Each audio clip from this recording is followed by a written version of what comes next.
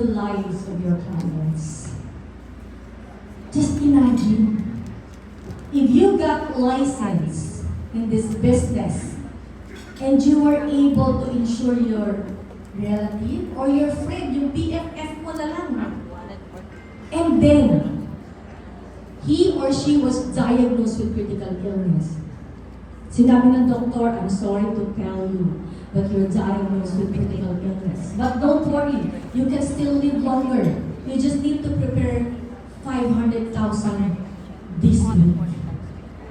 Sa tingin nyo yung client na to makakatulog pa?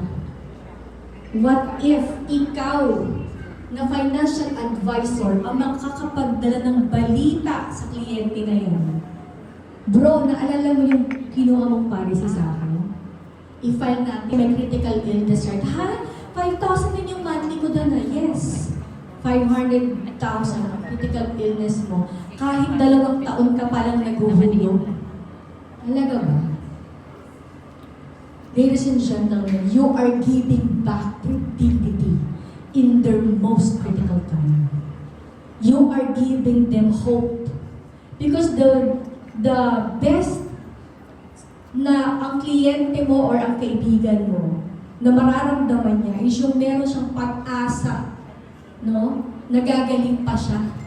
Dahil meron siyang pera na gagastusin. Ang isang may sakit, lalong lumalala ang sakit kapag walang pera. No? There are 2 things that will happen in our lives. Number 1, lahat po tayo mamamatay naman. Do you agree?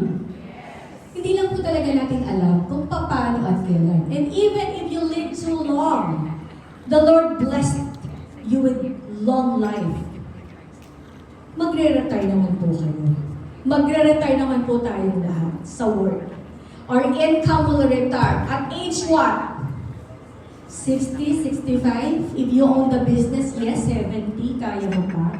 But the real thing is, tanungin mo yung sarili mo ngayon. Huwag na tayong lumayo. Yung sarili mo na lang, are you ready for the longest holiday of your life? Do you believe that the retirement days is your longest holiday? Because wala kang income, but you need to live a decent life. Kung paano ka namamalengke, nag-grocery, nagbabayad ng internet, ng meron pang dagdag na gastos pag nagiging senior na. Anong dagdag na gastos? Maintenance. Pag nakikita yung mga senior, yan ang usapan. Uy sis, anong maintenance mo? Duba din, ano? Ang lolo. Ay, ako losartan. Diba? Ay, sa akin, 5 mg lang sa'yo. Diba? Ganyan na yung mga usapan.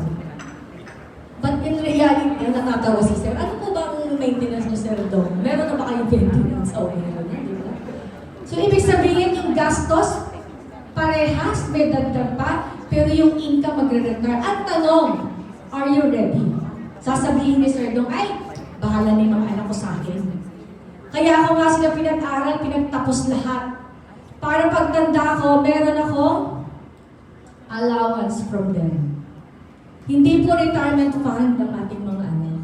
Ako, I have 3 boys. So just imagine, all of these 3 boys, sir, mag-aasawa din. Pag nag-asawa yung 3 boys ko, sino may hawak ng pera? Ang asawa. Pag tumanda na si mami, anak, pwede naman si mami pangpaspa. Ano ang sasagot ng aking daughter-in-law? Ay, wait lang, sabihin ko muna sa asawa ko. O, ano mangyayari sa'yo? Sasama yung loob mo. Nung araw na binigay ko sa'yo, tapos niya, o, ano mangyayari? Magkakasakit ka. Pag nagkasakit ka, mahihiya ka sa anak mo, hindi mo sasabihin. Malalaman kapag malalaman. Ang ending, wala kang pera. So, bakit ko ito sinasabi sa inyong lahat ngayon? That old age person that I'm talking about is going to be all of us here. 10, 20, 30 years from now. Sana maalala niyo si Miss Saint. Ay, ito yung sinasabi ni Miss Saint. na dapat nung earning pa ako, nag-iipon na ako. Kasi tatanda tayo eh. Alam niyo po ba na kapag tumanda na kayo, like mga 80 years old, tapos wala po kayong ipon, alam niyo po ba nakakausapin niyo yung sarili niyo sa salamin? Tapos tumatawa na agad si Moti, wala pa kayong punchline. Kakausapin mo yung sarili mo. Sasabihin mo, ayan, ikaw kasi young you, hindi ka nag-ipon ng bata ka pa. Wala to yung tayong pera ngayon. Nagpa-brace ka pa, naglaglagan din naman lahat. Oh, patingin ng mga naka-brace dyan. Hello, magkano braces? Si Sel, magkano monthly sa braces, maintenance doon sa ano? Monthly visit sa dentist, 2.5. 2.5. 2.5 ka sa retire, tapos ngayon retirement, wala naman lahat yung ngipin mo din. Diba? Reality of life. Hindi mo magawa ng paraan yung 2,500 para sa true life plan mo, pero nakapagpa-brace ka. Naka-iPhone, tapos walang ipon. No offense, man.